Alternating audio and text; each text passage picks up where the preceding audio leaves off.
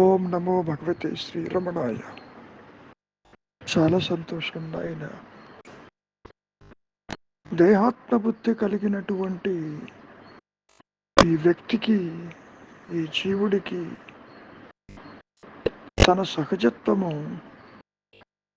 ఉన్నానన్న ఎరుక, అదే అహంస్ఫురణ అని తెలియదు.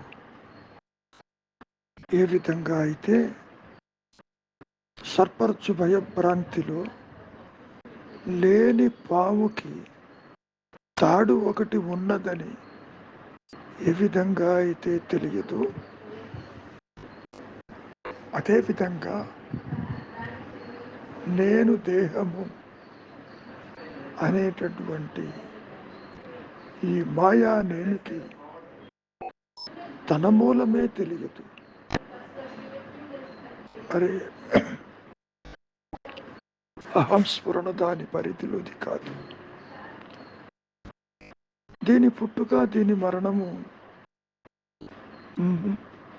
దీని చేతుల్లో లేదు. పాము పుట్టుక, పాము అదృశ్యం అవటం పాము చేతిలో ఉందే. నీవు తాడును తాడుగా కాక అంటే అహంస్మరణగా నీవు నిలిచి ఉన్నప్పటికీ అహం దేహం అన్నటువంటి ఒక తలంపు రేకెత్తినప్పుడు మూలము విడిచినట్లుగా నీ ఉనికి జడమైన దేహాదులతోటి, మనస్సుతోటి, ఇంద్రియాలతోటి ఒక కర్తగా అనిపిస్తూ ఉంటుంది ఈ మాయా నేనుకి. అక్కడ సర్పరజ్జు భయభ్రాంతిలో పాము ఎటువంటి భ్రాంతి కలిగి ఉద్భవించిందో, ఇక్కడ కూడా దేహాత్మబుద్ధి అనే జీవుడు జనన మరణాలలో పరిభ్రమిస్తున్న భావనలతో లేనిది ఉన్నట్టుగా ప్రకాశిస్తుంది. మనం ఎన్నోసార్లు చెప్పుకున్నాం, భగవద్గీతలో కూడా కృష్ణ పరమాత్మ ఈ విషయాన్ని కూడా చాలా స్పష్టం చేశారు. అర్జున, నీవు నేను పుట్టలేదు. నువ్వు చూసేటటువంటి రాజలోకాలు కూడా లేవు, ఇక ముందు ఉండబోవు. ఎంత స్పష్టంగా చెప్పినప్పటికీ ఆత్మబుద్ధితో నిలిచి ఉన్న అక్కడ అర్జునుడికి, ఇక్కడ జీవుడికి ఒకే రీతిలో ఉంటారు. అర్జునుడు కర్తృత్వంతో ఉన్నాడు, ఈ మాయాజీవుడు కూడా నాది అని, నేను అని భేదంతో, కర్తృత్వంతో తాను ప్రవర్తిస్తూ ఉంటాడు. ఇక్కడ ఎవరికి చెబుతున్నారు నిన్ను నీవు మరిస్తే అని? మర్రపు అనేది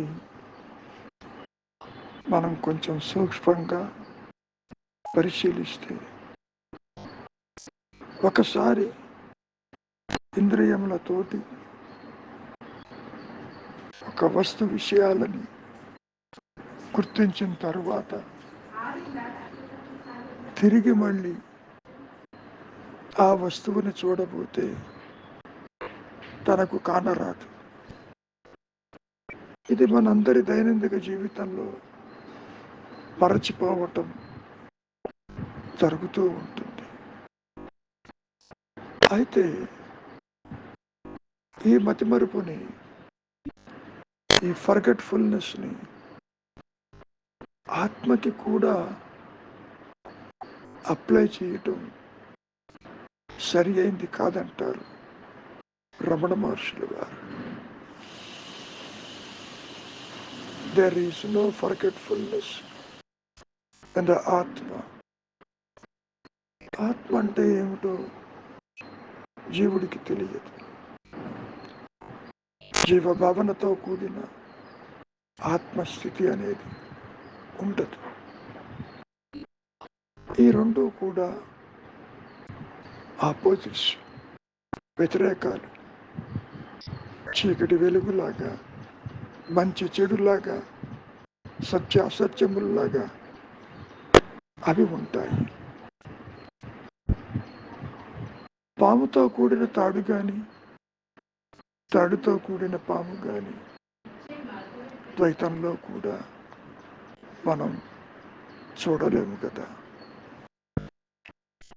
కానీ సూచించేటప్పుడు నీవే ఆత్మవై ఉంటూ మరిచి దేహమంటున్నావు. ఎందుకు ఈ విధంగా చెబుతున్నారు అంటే, ఇక్కడ ఉన్నది ఒకటే నేను, రెండు నేనులు లేవు. జీవాత్మ భావన కలిగిన నేను, అహం స్మరణతో ఉన్న స్వయం ప్రకాశమైన నేను అంటూ విడిగా రెండు లేవు. అందుకని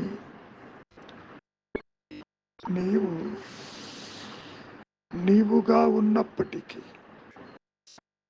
అహం స్మరణగా ఉన్నప్పటికీ అన్య చింతన వల్ల దేహాత్మబుద్ధి కలిగింది లేదు. అందుకని మరిచావు అన్నటువంటి దృక్కోణంలో మహర్షి చెప్పటం జరిగింది. అందుకని ఏం జరుగుతుంది? ఎప్పుడైతే నిన్ను నీవు మరిచావో, కాసేపు ద్వైత భావం నుంచి చూస్తే ఆత్మ అయి ఉంటూ దానికి దూరంగా నీవు దేహత్వ వృత్తితో వ్యక్తినని, కర్తనని అనుకోవటం వల్ల ఆత్మని మరిచావు అనేటువంటి పద ప్రయోగం చేయటం జరిగింది. నిజానికి ఆత్మకి మతిమరుపు లేదు. ఎప్పుడైతే నీవు అహంస్మరణకి దూరమై ఇక్కడ వ్యక్తిగా, కర్తగా, ఒక పరిమితమైన జీవుడు అన్న భావన నీకు కలిగింది అంటే, ఈ మాయా నేను కలిగిందో, నీవక్కడ చూచేది కనిపించే బొమ్మలే కదా. ఇతర దేహాదులు, సృష్టి, జనన మరణాలు, మంచి చెడులు, స్త్రీ పురుష భేదములు, ఉచ్చ నీచ భేదములు ఒకటి కాదు, ఎన్నిటినో నీవు దర్శిస్తూ ఉంటావు. ఈ స్థూల దేహానికి స్థూల జగత్తును చూస్తావు. సూక్ష్మదేహమైన అదిగో ఆ మనస్సుకి స్వప్న లోకాలని సృష్టించుకుని దర్శించి తిరిగి మళ్ళీ స్థూల దేహానికి వస్తున్నావుగా. ఉన్న ఒక్క రోజులోనే 3 దేహాలని మార్చుకుంటూ ఈ మాయా నేను ఎన్నో ప్రదేశాలని, ఎన్నో వస్తువులని చూస్తూ చివరికి కాసేపు వృత్తి రాహిత్యమై నిద్రిస్తూ తిరిగి మేల్కొంటూ సంచరిస్తున్నది కదా. ఇక్కడ ఎప్పుడైతే ఈ మాయా నేనుకు చెబుతున్నారు, నీవుగా నిలిచి ఉంటే, అంటే ఆత్మాలింగనం చేస్తే ఇక్కడ మళ్ళీ ఆలింగనము అంటే నీవు విడిగా ఉంటూ దేన్నో నీ బాహువులలో బంధించటం కాదు. ఆత్మాలింగనం అంటే అహంస్ఫురణగా నీవు నిలిచి ఉంటూ ఇప్పుడు ఉన్న నీ ద్వైత బుద్ధిని తల ఎత్తనీయకుండా ఉన్న స్థితిని ఆత్మాలింగనం అనే పదప్రయోగం మహర్షుల వారు చేయటం జరిగింది. నీ సహజత్వం నీకు తెలిసినా తెలియకపోయినా అదే ఉన్నది అని చెప్పటం కూడా జరిగింది. అంటే దీని అర్థం స్ఫురణమయంగా నీవు అహంస్ఫురణగా అనంతంగా అన్యత్వము లేకుండా నీవు నిలిచి ఉన్న స్థితిలో మరి ఇంతవరకు చూస్తున్నటువంటి బొమ్మలు అంటే దృశ్యాలు, సంసారం కావచ్చు, జగత్తు కావచ్చు, సృష్టి కావచ్చు, జనన మరణాలు కావచ్చు, అవస్థాత్రయములు కావచ్చు, మరి అవన్నీ కూడా అదృశ్యమైపోయాయి కదా. అవి ఉండి అదృశ్యమైనయ్యా లేవా అన్న ప్రశ్న వచ్చినప్పుడు లేవనే చెప్పుకోవాలి. లేవు అంటే వాటి ఉనికిని అవి గుర్తించే సామర్థ్యం వాటికి లేదని. ముఖ్యంగా దేహం ఉన్నట్టు చెప్పటం లేదు, సంసారం ఉన్నట్టు చెప్పటం లేదు, ఇతరులు ఉన్నట్టు చెప్పటం లేదు. అంతవరకు దేనికి సూర్య చంద్రాదులు ఉన్నట్టు ఎప్పుడైనా అవి చెప్పాయా? లేదు కదా. పోనీ నువ్వు అనుకునే భగవంతుడు తాను ఉన్నట్టు నీకేమైనా చెప్పాడా? లేదు కదా. ఈ బొమ్మలన్నీ, ఈ దృశ్యాలన్నీ కూడా అసత్యము కాబట్టి అవి అదృశ్యమైపోయాయి. ఏ విధంగా అయితే సినిమా తెర మీద ఎన్ని బొమ్మలు పడినా తెరలో మార్పు లేనట్లు ఈ అహంకారం ఎన్ని దేహాలు మార్చుకుని ఎన్నో జన్మలు ఎత్తి పుడుతూ నశిస్తూ తిరగాడుతున్న తెర అయినటువంటి అహంస్ఫురణకి ఏ మార్పు లేదు. ఒక సందర్భంలో భగవద్గీతలో కూడా కృష్ణ పరమాత్మ అర్జునుడిని ఉద్దేశించి, అర్జున, నువ్వు నేను 1000 జన్మలు ఎత్తాము, అది నీకు తెలియదు, నాకు తెలుసును అన్నాడు. నాకు తెలుసును అంటే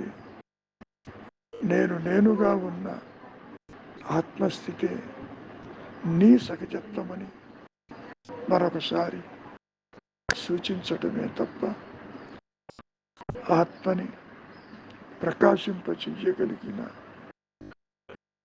ఏ వస్తువు ఈ సృష్టిలో లేదని హెచ్చరించటం జరిగింది.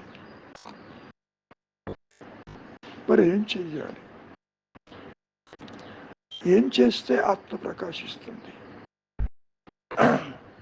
ఒకవైపు సాధన చేసేవాడు లేడని, సాధనే లేదని, నీవే అది అని ఎన్నిసార్లు చెప్పుకున్నా విచారించమంటారు. అసలు నీవు దేహమేమో చూడు. దేహస్మరణ లేకపోయినా నీవు నిద్రా స్థితిలో ఉన్నావా లేదా? ఆ ఉన్నదే నీ సహజత్వమని సూచించి ఈ జాగ్రత్తావస్థలో నీవు ఎవరివో విచారించు. నీతో కలిపి నీవు చూస్తున్నది అసత్యమని గుర్తించు. ఎప్పుడైతే దృశ్యాల వెంట, ఆలోచన వెంట నీవు పరిగెడకుండా స్థిర చిత్తముతో నిలిచి ఉన్నప్పుడు నీకు వద్దన్న నీ సహజత్వమే స్మరణమయంగా ప్రకాశిస్తున్న సంగతి అనుగ్రహం చేత తేటతెల్లమవుతుంది. కనుక ఉన్నది జ్ఞానము, ఉన్నది స్వరూప జ్ఞానము, ఉన్నది ఎరుక, మరి లేనిదో ఆత్మని విడిచి శివుడు కానీ, జగత్తు కానీ, దైవము కానీ, జనన మరణాలు కానీ అటువంటివేవి లేవు, ఉండబోవని స్పష్టం చేశారు మహర్షులు వారు. మౌనమే నీ సహజత్వం.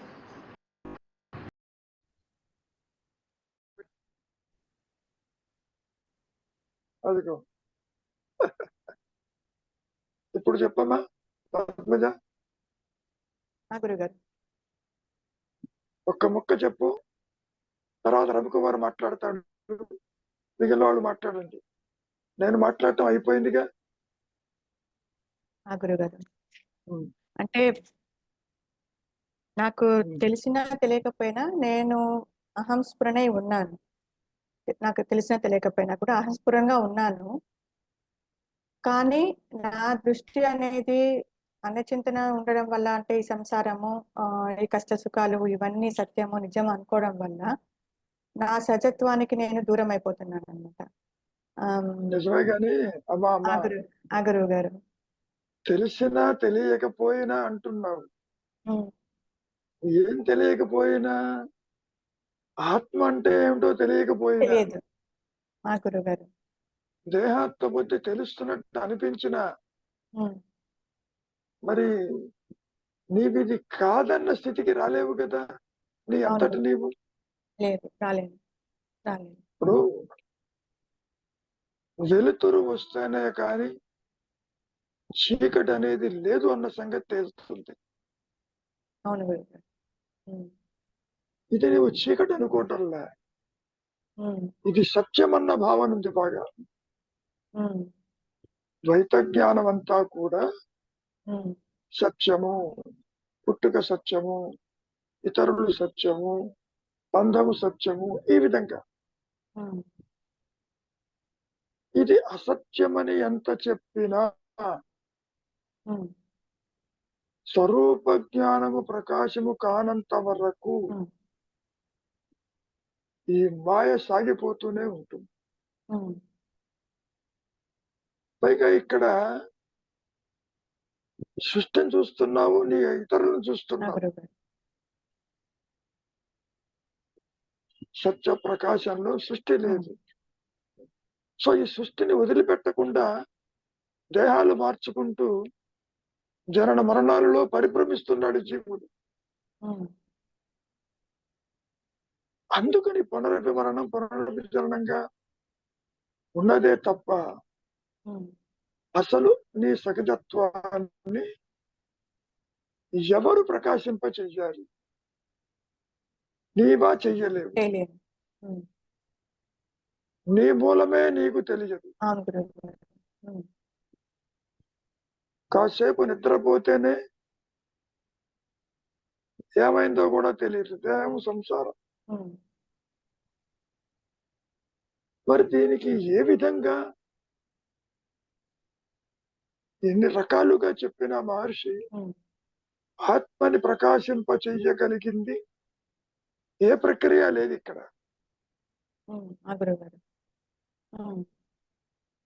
ఊరికే ఉంటే ప్రకాశిస్తుందా? కాదు. పోనీ నిరోధం ఏమైనా ప్రకాశిస్తుందా? కాదు. అసలు ఇంకా క్రిటికల్ పాయింట్ ఏమిటి అంటే ఆత్మస్థితి ఏమో అన్యత్వాన్ని గుర్తించదు, ఉమ్, జీవుడేమో ఆత్మని గుర్తించలేడు. ఆ గురుగారు. ఎంత పోరినా నీవిది కాదు, నీవే అది అని తత్వమసి వాక్యాలు చెప్పుకున్నా, నీవు తల్లకిందుగా తపస్సు చేసిన ఆత్మ నీ స్వరూపమని అహంకారముతో తెలుసుకునే ప్రసక్తి లేదు అక్కడ. ఆ గురుగారు. ఉమ్, అందుకని ఏమంటున్నారు, అనుగ్రహము చేత అంటున్నారు. పోనీ లాజికల్ గా తీసుకుంటే ఆత్మకు అన్యం లేనప్పుడు అనుగ్రహం ఎవరి మీద చూపిస్తుంది? అది క్రిటికల్ పాయింటే. ఉమ్, ఏమా, ఆ గురుగారు. ఉమ్, తెలుగులో ఒక సామెత ఉంది, ఉమ్, పెళ్ళైతేనే గాని పిచ్చి కుదరదు, పిచ్చి కుదిరితే గాని పెళ్లి కాదు. ఆ గురుగారు. ఆత్మ ప్రకాశిస్తేనే గాని అహంకారం పోదు, ఉమ్, అహంకారం పోతేనే గాని ఆత్మ ప్రకాశిస్తుంది.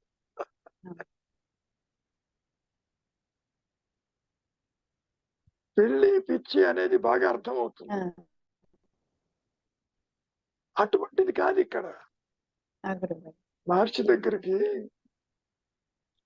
ఎందరూ దర్శించడానికి వచ్చినా నీవే తెలుసుకో, నీవే తెలుసుకో, నీవే అది, నీవే అది, నీవే ఆత్మవని ఆయన ఎంత చెప్పినా ఉమ్, నాకు ఆత్మ తెలియటం లేదు అనేది మిగిలే ఉంటుంది. ఉమ్, ఏమైనా రవి గురువు గారు. చెప్పు, చెప్పు నాయన. అదే అంటే నీవు అహంస్మరణమై ఉంటూ నిన్ను నీవు మరిస్తే అంటే ఇక్కడ ఆల్రెడీ నేను అంటే ఒక అహం ఆత్మని చైతన్యం అని అహంస్మరణని, కానీ అది మరుస్తే అంటే ఇప్పుడు దానికి మరుపు లేదు కదా గురువు గారు, ఆత్మకి మరుపు లేదు. నిజమే, కానీ ఆత్మకి మరుపు లేదు. అవును, నీవే ఆత్మని గుర్తించలేవు. అదే అదే నిన్ను మరి నీవు మరిస్తే మర్చిపోయేది అంటే ఎవరు? నేను నిన్ను అంటే ఇక్కడ ఇక్కడ రెండు నేనులు ఉన్నట్టుగా, అంటే ఒక నేనేమో అహంస్ఫురణగా ఉన్నట్టు, అది అది గనక ఉంటే మరుపు దానికి ఎటు లేదు, అది దాన్ని మరిచే ప్రసక్తి లేదు. అంటే అక్కడ మరవటానికి కారణము ఇంకొక నేనుగా ఉన్నట్టుగా నిన్ను నేవు మరిస్తే అన్నట్టుగా చెప్తున్నారు ఇక్కడ. ఆ, అంటే చెప్పని వాళ్ళు ఎంత చెప్పినా గురుగారు. సమస్య మటుకు అలాగే ఉంటుంది. అవును గురుగారు, సమస్య. ఎవరు ఎన్ని రకాలుగా చెప్పినా నాకు ఆత్మ తెలియటం లేదు. ఎందుకని? ఇంద్రియాల ద్వారా, మనస్సు ద్వారా ఈ జగత్తుని, సంసారాన్ని గుర్తించడం అలవాటు పడ్డది. అవును. ఆ విధంగా నీకు ఎదురుగుండా కనపడాలనుకుంటావు. అమ్మ ఎంతో ఇదిగా చెప్పారు మహర్షులు వారు. నా కళ్ళని నాకు చూపించమంటే ఎవరు చూపిస్తారు? కుదరదు కదా. అవును. తెలుసుకో తెలుసుకో తెలుసుకో అన్నప్పుడు ఈ మాయకి ఆధారమైనటువంటి జ్ఞానము ఎట్టి పరిస్థితుల్లోనూ కూడా జీవుడు తెలుసుకునే స్థితిలో ఉండడు ఆయన. అది కుదరదు. పోనీ మహర్షి అవన్నీ ఆ విధంగా తెలుసుకున్నాడా? అది కాదు కదా. బోధించటం, సూచించటం, మాయలో కూడా ఇవన్నీ మాయ మాటలే, ఇవేమి సత్యము కాదు.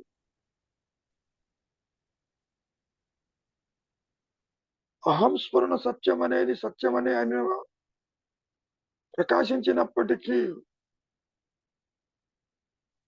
ఈ దేహాత్మ బుద్ధి ఉంది చూశావు, అది దానంతటది పోదు. సాధన లేదు, సాధించేది కాదు. ఎట్లా ఉంటుందంటే ఎటు పోవటానికి లేదు, నీవు ఆత్మగా ఉండటం నీ చేతుల్లో లేదు. ఒకవైపు సాధన లేదంటున్నావు, మరోవైపు సాధించేది కాదంటున్నావు. నీవే అదని సూచించినప్పటికీ అది నాకు తెలియటం లేదు. అంటే అల్టిమేట్ గా దీనికి పరిష్కారం అనేది ఆత్మదానంతటది నీలో మార్పు తెచ్చి నిన్ను నష్టపరిచి అది ప్రకాశిస్తేనే తప్ప యోగం అని కానీ మార్గం అని కానీ లేదు. అసలు విచారం చేసినంత మాత్రాన కూడా ఆత్మ ప్రకాశించాలని లేదు. విచారం చేస్తారు, ప్రతి ఒక్కరు చేస్తారు. నేను ఇది కాకపోతే నేనెవరు, నా స్వరూపం నాకు తెలియటం లేదు, నిద్రలో నేనున్నాను కానీ ఏ విధంగా ఉన్నానో నాకు తెలియదు, మెలకు వచ్చాక మళ్ళీ ఇది చూస్తున్నాను. ఎంత తేలికగా చెప్పారు మహర్షి. నిద్రలో ఉన్న నేనే ఇప్పుడు ఉంది, జాగ్రత్తలో నిద్ర తీసుకురా, అది వీడి చేతుల్లో లేదు. ఒకవైపు ఆత్మని ప్రకాశింపజేసే సామర్థ్యము జీవుడికి లేదు. మరి ఎట్లా ఈ వ్యక్తిత్వం ఏ విధంగా పోతుంది? అంతర్ముఖంతో పోతుందా, వృత్తి రాహిత్యంతో పోతుందా, అసలు ఏం చేస్తే పోతుంది? ఏం చేసినా పోతుంది. అది కొంచెం నిరుత్సాహంగా అనిపిస్తుంది. దానికి శంకరాచార్యుల వారు కూడా సాధనా చతుష్టయం అని కొన్ని డిసిప్లిన్స్ పెట్టారు. బుద్ధిని ఉపయోగించు, వివేకాన్ని ఉపయోగించు, విచారించు, ఏది సత్యమో నిత్యమో చూడు, వైరాగ్యం కలిగి ఉండు, ఇంద్రియాల వెంట వెళ్ళొద్దు, మోక్షమందు ఆసక్తి ఉండు. ఈ విధమైన ప్రిస్క్రిప్షన్ సాధనా చతుష్టయంలో కూడా చెప్పటం జరిగింది. Is it not?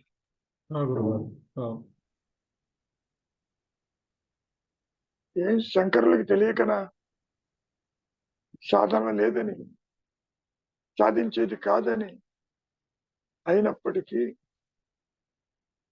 ఎప్పటికైనా ద్వైతం నుంచి, ఈ మాయ నుంచి అద్వైత స్థితి చేరుతారని, ఉంటుందని, ప్రతి ఒక్కరూ ఆత్మజ్ఞులేనని వారు చెప్పడం జరిగింది.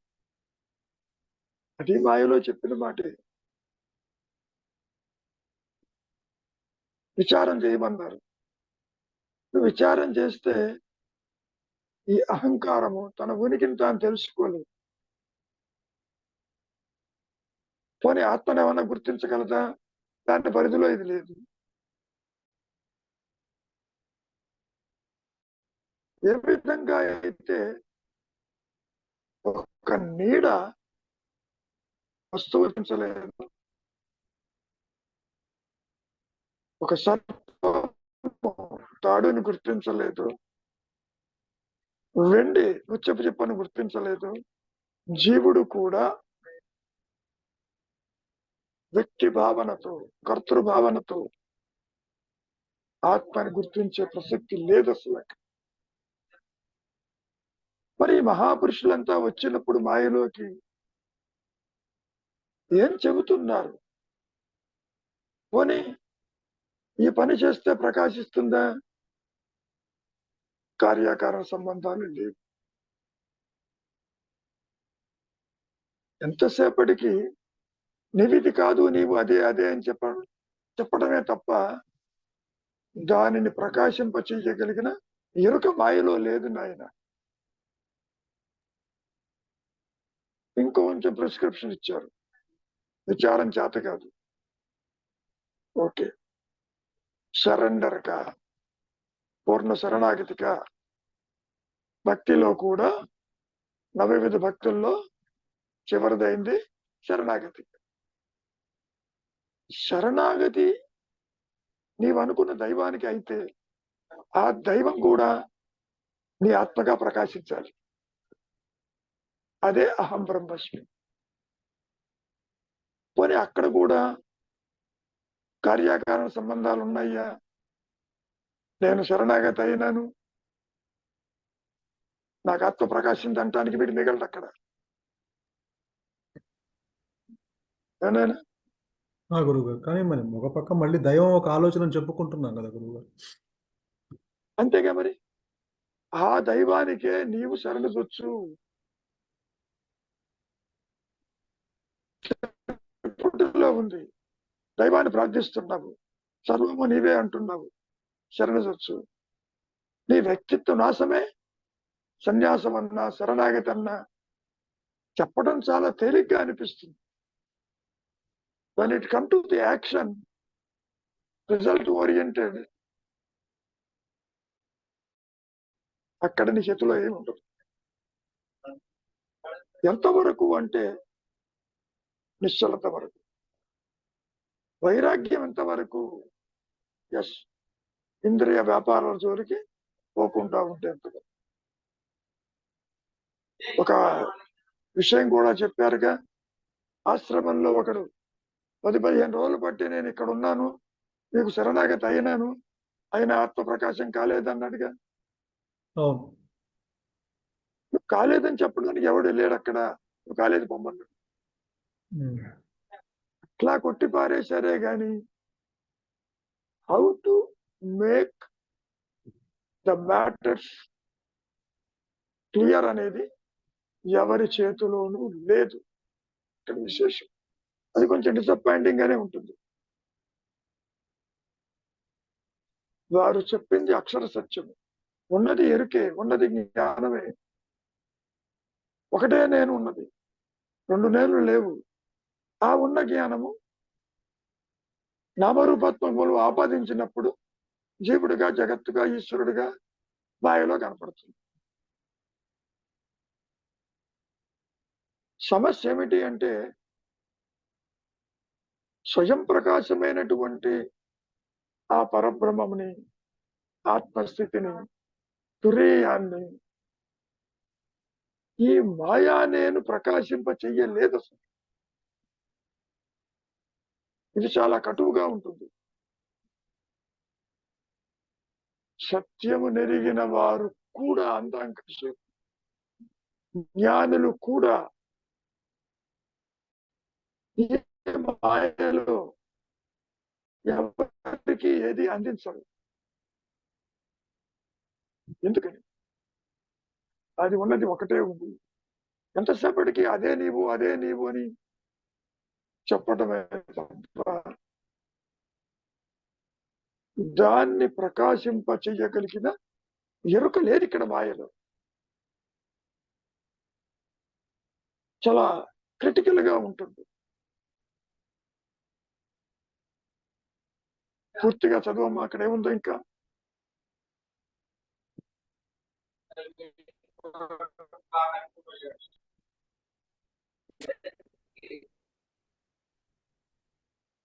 నీవు ఏమ్మా? అహం స్థాపించేవి బొమ్మలే. ఎప్పుడైతే నీవు ఆత్మలింగం చేస్తే బొమ్మలు మాయం. ఇక్కడ చెప్పుకోవడానికి నువ్వు అనవసరంగా బయట తిరుగుతున్నావు. ఇంట్లో కూర్చుని ఆత్మని ఆలింగనం చేసుకో అంటే అది ఏమన్నా వస్తువా? కుదరదు. ఇది ఇంత క్రిటికల్ గా ఉంటుందని మహర్షికి తెలియకనా, శంకరులకి తెలియకనా? కానీ సూచించేటప్పుడు, బోధించేటప్పుడు అది ఎలా ప్రకాశించిందో వారికే తెలియదు. ప్రకాశించిన తర్వాత నీవు అదేను ఇది కాదు అంటూ ఎన్నో శాస్త్రాలను కూడా కోట్ చేశారు. ఫైన్, శాస్త్రాలు చదివినా అది ప్రకాశించదు. నిశ్చలత్వానికి వచ్చినా ప్రకాశించదు. తీవ్ర వైరాగ్యము కలిగి ఉన్నా అది ప్రకాశించదు. ఎట్లా? తెలుసుకో తెలుసుకో అన్నప్పుడు నీవు తెలుసుకోలేవు, అది ప్రకాశిస్తుంది. అది నీతోనే ఉన్నది. దేహాత్మ బుద్ధి ఆత్మను విడిచి లేదు. ఇక్కడ 2 నేనులు కూడా లేవు. గురుగారండి, అయితే ఒక ప్రశ్న అడిగేదండి. అయితే ఈ విచారణ చెప్పు నాకు. ఇవన్నీ ఈ విచారణ ఈ పడే ఇవన్నీ ఎందుకండి అయితే అసలు మౌనం అన్నారు, మౌనంగా ఉంటేనే సరిపోతుంది కదా, మరి ఇవన్నీ ఇవన్నీ దేనికండి అయితే? మౌనంగా ఉండలేక కర్తృత్వంతో ద్వైత జ్ఞానమంతా సత్యమని నీవు భావించటం వల్ల కొన్ని ఆప్షన్స్ చెప్పారు. ఈ విధంగా అయినా నువ్వు అంతర్ముగా అవుతావని, చింతావిహీనం అవుతావని, నీవు దేహము కాదని, దేహివని, దేహము లేకపోయినా నువ్వు ఉన్నావని ఒక ప్రిపరేషన్ లాంటిది. ఇప్పుడు పసిపిల్లవాడికి అక్షరాభ్యాసం ఎందుకు చేస్తారు? ఎప్పటికైనా అక్షరాలతోటి శాస్త్రం చదువుతాడు. తెలుగు భాషనైనా ఇంగ్లీష్ అయినా నేర్పుతారు కదా, వీటితో వస్తుందని. ఇక్కడ ఆత్మజ్ఞానము బోధించేది కాదు. అది ఎందుకు ఎప్పుడు అవుతుంది? నీవు విచారిస్తే అవుతుందా, విచారించకపోతే అవుతుందా అనే విషయం కూడా ఎవరు చెప్పలేరు. ఉన్నది వాస్తవమే. కృష్ణ పరమాత్మ కూడా గీతలో ఇదే విషయాన్ని చెప్పుకున్నాడు. ఇదిగో ఆత్మని శస్త్రము ఛేదించలేదు, అగ్ని దహింపదు, వాయువు ఆర్పివేయదు, అన్ని బాగానే ఉన్నాయి. But how to make the self shine is $1 million question. Nobody can make it. పోనీ ఇందరు మహనీయులు వచ్చారు ఇక్కడికి, ఈ మాయలోకి. ఏ ఒక్కరైనా కనిపించేవాడికి ఆత్మని అందజేశారా? చేయలేరు. రమణ మహర్షి కూడా స్పష్టంగా చెప్పారు, గురువు అందించడు, ఇతరుల నుంచి రాదు, ఆకాశం నుంచి ఊడిపడదు, పవిత్ర గ్రంథాల్లో ఉండదు. అష్టదిగ్బంధం చేసినట్టు అన్ని చెప్పారు.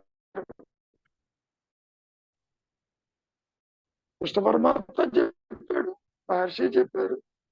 ఇక్కడ మార్గమే లేదు. యాక్చువల్గా చెప్పాలి అంటే మార్గం ఉన్నది అంటే ఇప్పుడు మొదలు పెడితే కొంతకాలం తర్వాత అది ప్రకాశిస్తే నేను తెలుసుకుంటాను అనుకునే అవకాశం ఉండేది. ఆ కొంతకాలం తర్వాత వచ్చేది కూడా కొత్తగా వస్తే అది పోతుందిగా. ఇప్పుడు ఎప్పుడు ఉండాలిగా. కాబట్టి ఇప్పుడు కూడా నేను దేహం అనేటువంటి మాయా నేను ఆత్మ లేకుండా ఈ జీవుడు లేడు. అక్కడ జీవుణ్ణి విడిగా చూస్తున్నాం కాబట్టి, జగత్తుని సంసారాన్ని చూస్తున్నాం కాబట్టి, ఇది కర్మ అని, ఇది జన్మ అని, ఇది కావాలని, ఇది వద్దని, ఇది బాగుంటుందని మానసిక ధోరణే తప్ప ఆత్మగ్రస్త స్థితిని జీవుడు తనకు తానుగా గుర్తించలేడు. అంతవరకే. మరి ఎప్పుడు ప్రకాశిస్తుంది? ఇప్పుడు కూడా అది ప్రకాశిస్తూనే ఉన్నది, కొత్తగా రాదు. సమస్య వస్తుందంటే నాకెందుకు తెలియదు. వాక్కులకు అతీతము, ఇంద్రియాలకు అతీతము, అవస్థలకు అతీతము, అసలు ఈ సృష్టికే అతీతంగా ఉంటుంది. ఎంత చెప్పినా దేహము కూడా ఆత్మే, జగత్తు ఆత్మే, సర్వము ఆత్మే, సర్వం కల్విదం బ్రహ్మ అనే సూచనలు ఎన్ని చేసినా లేని జీవుడికి ఆత్మని తెలుసుకునే అవకాశం లేదు అసలు. వేదములు ఉపనిషత్తులు కూడా చెబుతున్నాయి బాగానే, నీవు అదేను అదే అని చెబుతున్నాయి, కానీ దాన్ని ప్రకాశింపడానికి అక్కడ నీకు అవకాశం లేదు. ఎవరినైనా మరి దీనికి ఉపాయం మౌనం, వైరాగ్యం. యూ హ్యావ్ టు వెయిట్ తీవ్ర వైరాగ్యంతో నిలిచి ఉండు, ఇంద్రియాల వెంట వెళ్ళవద్దు. See, they are only preparing you to eradicate the egoistic tendencies. అంతవరకు. That is not a cause for the self to shine. దీనివల్ల ఆత్మ ప్రకాశించదు. ఎందుకు గీతలో కూడా చెప్పుకున్నాడుగా కృష్ణ పరమాత్మ, మనో నిరోధము ఆత్మ ప్రకాశానికి దారి తీయదు. ఇది ఒక అష్టదిగ్బంధంగా ఉంటుంది. నీవు చెయ్యటానికి లేదు, మానటానికి లేదు. కానీ ఆ ఉచ్చతర శక్తి మాయలో ఉన్న జీవులందరినీ నడిపిస్తుంది, వాళ్ళ వాళ్ళ కర్మానుసారంగా. కృష్ణ పరమాత్మ ఏమని చెప్పాడు గీతలో? కర్మలు చెయ్యి, ఫలితం నేనిస్తానన్నాడు. నీ చేతుల్లో లేదు అన్నాడు. నీ చేతుల్లో లేదు కదా అని కర్మలు మాంతావేమో. నిజానికి ప్రతి జీవుడు కర్మ చేస్తూనే ఉంటాడు. ఆలోచన రావటం కర్మ, యాక్షన్ కర్మ, చూడటం కర్మ, వినటం కర్మ. కర్మ అంటే యాక్టివిటీ. కాబట్టి there is no path, there is no methodology, there is no cause and effect, there is no సాధన. కారణం సాధన చేసేవాడే ప్రశ్నార్థకం. ఏమైనా రవి ఉంటున్నా? గురువు గారు జగన్ చెప్పిందా ఎప్పుడైనా తను ఉన్నట్టు? నువ్వు చెబుతున్నావు ప్రేమ నాది, సంసారం నాది, ఇల్లు నాదని.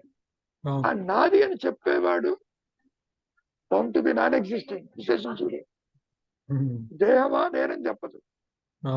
ఆత్మకి చెప్పాల్సిన అవసరం లేదు. అది నన్ను చెప్పావుగా, పెళ్లిలో ఒకటి తిరుగుతూ ఉంటాడు, ఆడపెళ్లి కాదు, మగ పెళ్లి వాడు కాదు. వాడినంటే నీకు ఎదురుకుండా కనపడతాడు కాబట్టి చాలా ప్రశాంతంగా అడుగుతావు, నాయన నువ్వు ఎవరు వైపు వచ్చావు పెళ్లికని. ఆడపెళ్లి వాడిని అడిగినప్పుడేమో మగ పెళ్లి వాడిని చెబుతాడు, మగ పెళ్లి వాడిని అడిగినప్పుడు ఆడపెళ్లి వాడిని చెబుతాడు. అక్కడే ఉంటాడు. ఇద్దరు ఒకేసారి అడగరు. ఇద్దరు అడగరు. మనకెందుకులే, ఆడపెళ్లి వారి తరఫు వచ్చి ఉంటారు, మనం ఏదో వివాహం కోసం ఇక్కడికి వచ్చాము, మగ పెళ్లి వాళ్ళు వీడితో మనకు పేచీలు ఎందుకు అని అనుకుంటారు. ఆడపెళ్లి వాళ్ళు ఏమనుకుంటారు, మగ పెళ్లి వాడి తరఫున అవమానించకూడదు, అడిగితే మర్యాద పోతుంది అని అడగరు. సో నిలదీస్తే అంటున్నాడు అక్కడ. ఎవరు నిలదీయాలి? ఇద్దరు కలవరుగా. అహంకారము నిలదీస్తే అదృశ్యం అవుతుంది. ఇక్కడ ఇంకో రహస్యం ఉంది, బాగా గుర్తుపెట్టుకోండి. తనకు తాను నష్టం అవటానికి ఆత్మ ఒప్పుకోదు. ఆత్మ అంటే జీవాత్మ, వ్యక్తిత్వము.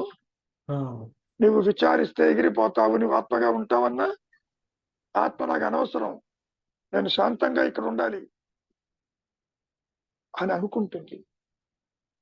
తాను నష్టం అవటానికి ఇష్టపడదు. పాయింట్ చూడు.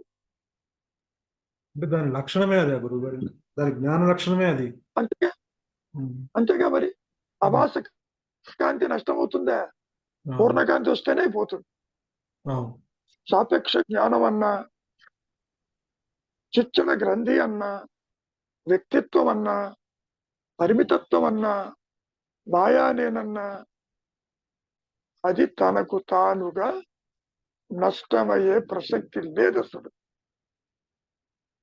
అంతవరకు దేనికి నాయన సర్పరచు భయభ్రాంతిలో పాము నష్టం అవుతుంది అంతది లేదు లేదు. నువ్వు తాడును చూసినప్పుడే అది నష్టం అయింది. అర్థమవటానికి ఆ ఉపమానం నీకు బాగా అర్థమవుతుంది. అటు పాము భయం కలిగింది, ఇటు తాడుని చూచావు. అట్లా ఉండదు ఆత్మజ్ఞానం. దేహాత్మ బుద్ధితో ఆత్మను చూడలేవు. ఆత్మ ప్రకాశంలో జీవుడు ఎటుపోయినాడు అడ్రస్ లేకుండా పోతాడు. నువ్వు తాడును చూసినప్పుడు పాము ఉండి నష్టమైందా, పామే లేదా చెప్పుదైనా? తాడుగా ఉన్నప్పుడు ఇంకా అసలు పాము ప్రసక్తే లేదు కదా గురువు గారు. పాము అనేదే లేదు లేదు కదా. ఎగ్జాక్ట్లీ ఆ, అదే మహర్షి అంటున్నాడు, జీవాత్మ భావన ఆది నుంచి తృణీకరించబడింది. ఆయన అనుభవం పర్ఫెక్ట్ రైట్, నా అనుభవం కూడా దాంతో టాలీ అవుతుంది. కానీ అవును. To show you, to direct you any path or any methodology impossible. అంటే ఇక్కడ తాడు పాముగా మారిందంటే పాముగా ఆకారం మారలేదు, కానీ చూసే దృష్టిలో వీడికి అలా ఆ వస్తువు అలా మారినట్టు వీడికి కనిపించింది. నిజంగా వస్తువు మారలేదు కదా గురువు గారు అక్కడ. అసలు తాడు తెలియదు వీడికి. అవును. తాడు అని తెలిసి పాముని కనుక అనుకుంటే వేరే పద్ధతి. అసలు రావటమే ఒక భయం ఏర్పడింది పామని. అవును. విచారించటం లేదు. నువ్వు అక్కడ విచారించి వెలుగులో లైట్ వేసి చూస్తే అర్థమవుతుంది, కానీ అట్లా నువ్వు లైట్ అయ్యలేవు. ఇక్కడ ఆత్మజ్ఞానం మీద జీవుడు కెనాడ్ త్రో ఎనీ లైట్. ఇటు నుంచి అటు వెళ్ళే మార్గం కుదరదు ప్రసక్తి నాయన. కుదరదు. అవును. కాబట్టి ఒక్క మాట చెప్పి మహర్షుల వారు ముగించారు, అనుగ్రహము చేత అన్నారు. మళ్ళీ అనుగ్రహం అంటే ద్వైతంలో బాగా అర్థం అవుతుంది. పెద్దల అనుగ్రహం, దైవ అనుగ్రహం, గురువు అనుగ్రహం, ఆయన ఏదో చేతిలో పెట్టిస్తాడేమో అనుగ్రహం, అక్షంతలతో తల మీద చల్లుతాడేమో అనుగ్రహం కాదు. అనుగ్రహమే ఆత్మ అన్నాడు. మళ్ళీ అటే వెళ్ళిపోయాడు. ఎట్లా? నీవు ఆత్మే అనుగ్రహము, నువ్వు అన్యంగా లేవు, నీవే ఆత్మవి. ఎస్, అన్ని బాగున్నాయి, నా అనుభవం టాలీ అవుతుంది బాగానే. కానీ when I want to communicate to you through this Dagdabija mind, it is very difficult to find a solution. అదే ఇందాక అదే ఒక డౌట్ వచ్చింది గురువు గారు. జ్ఞానిగా ఉన్నప్పుడు ఆ జ్ఞానిగా అంటే అదిగా ఉన్నప్పుడు ఆ లక్షణాలు దగ్ధ బీజ మనస్సుతో వచ్చి చెప్పొచ్చు కదా అన్న ఒక డౌట్ వచ్చింది. చెప్పాడుగా, ఏమని చెబుతున్నాడు? దేహం కాదని చెబుతున్నాడు, నీవే అదని చెబుతున్నాడు. అంటే కదా ఆ అనుగ్రహం ఆలోచన సీక్రెట్. ఎందుకని తనకు ఏ విధంగా అయితే ప్రకాశించిందో అదే నీకు అలాగే ఉంటుంది కాబట్టి అనుగ్రహం అన్నాడు. చివరికి ఏంటి? శ్రద్ధే ఆత్మ, అనుగ్రహమే ఆత్మ, ఉన్నదే ఆత్మ, తురీయమే ఆత్మ అని ఒక 100 శ్లోకాలు చెప్పారనుకో, ఆత్మ గురించి నీకు ప్రయోజనం లేదు. మాయను మార్చగలిగింది ఆ ఉच्चతర శక్తి ఒక్కటే చెయ్యగలదు. That is my understanding of the reality. అంటే ఆ $1 బిలియన్ క్వశ్చన్ ఏదైతే ఉందో అది ఎలా అనేది, అది అది ఆ జ్ఞానిగా అది ఉన్నప్పుడు బయటకు వచ్చి దగ్ధ బీజ మనస్సుతో చెప్పొచ్చు కదా అంటే చెప్పేవాడు మళ్ళీ అక్కడ. అది ఆ లక్షణాలు నేను అనేది గురువు గారు. చెప్పాడుగా, నేను చెప్పినా, మహర్షి చెప్పినా, శంకరుడు చెప్పినా, యక్ష చెప్పినా, దే ఆర్ హెల్ప్లెస్. అందుకని గురువు అందించడు అన్నాడు ఆత్మజ్ఞానం. చెప్పడం అయిపోయింది. నువ్వు ఇక్కడ తారట్లాడుతున్నావు ఆశ్రమంలో, దీనివల్ల ప్రయోజనం లేదు, నా దగ్గర నువ్వేం చెయ్యక్కర్లే, యూ లీవ్ ది ప్లేస్ అన్నాడు చాలా మందిని, ఇంక్లూడింగ్ పాల్ బ్రంటన్. అది కూడా ఇంకోటి కూడా ఇంకో శిష్యుడు ఆత్మ నాకు ఎప్పుడు దర్శనం అవుతుంది, నువ్వు ఆత్మగా ఉన్నావు కదా చెప్పొచ్చు కదా అంటే అది కూడా చెప్పారు కదా గురువు గారు భగవాన్. ఏం చెప్తాడు, ఏం అందిస్తాడు? ఒక శిష్యుడు వచ్చి నాకు ఎప్పుడు ఆత్మదర్శనం అవుతుందంటే ఇంకోటి ఆత్మగా ఉన్నప్పుడు ఇంకోటి లేదు, ఒకవేళ నేనే గనక దైవం ఉంటే నాకు ఇతర దైవం ఇంకోటి నాకు అన్యంగా దైవం లేదు, రెండు చెప్పలేను అన్నట్టుగా చెప్పారు కదా నాకు. అంటే సరే, ఏ గురువు అందించడు పాయింట్. అవును, శాస్త్రాలు ఎన్ని చదువుకున్నా గురువు అందించేది కాదు. అది దానంతరది ఎందుకు ప్రకాశించదు?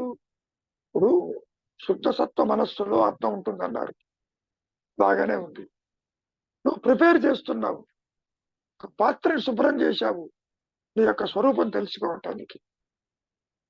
కానీ ఈ శుభ్రం చేసేది, నీలో మార్పు తెచ్చేది, నిన్ను ప్రాపంచిక విషయ వాసనలకి దూరం చేసేది, it is the higher power that does everything.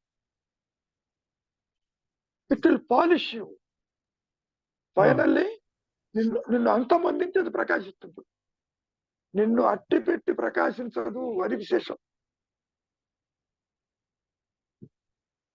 చీకటిని అట్టి పెట్టి సూర్యుడు ప్రకాశించడు.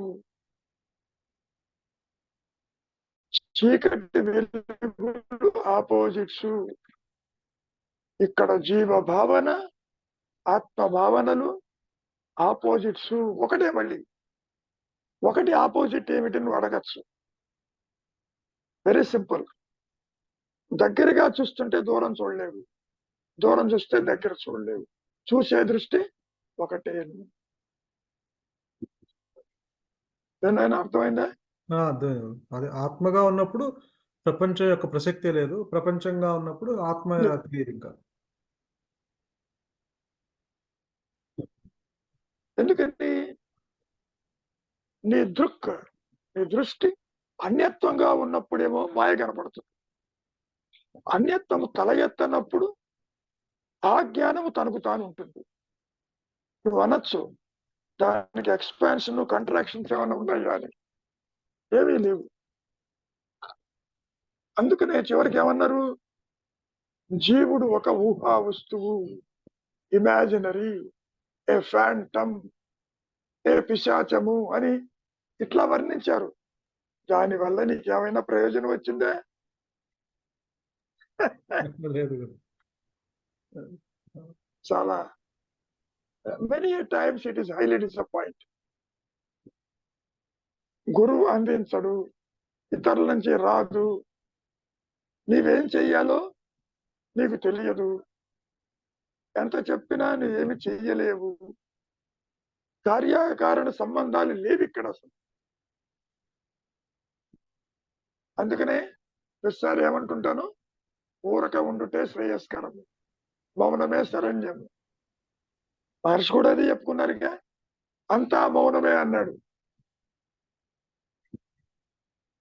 అంటే ఎరుకతో కూడిన మనస్సులో సంకల్పము లేని స్థితే మౌనము. ఎరుకతో కూడిన మానసిక స్థితే మౌనము. మళ్ళీ ఆత్మ మౌనం అంటారులే, ఎలక్ట్రానిక్ స్పీచ్ అన్నారుగా.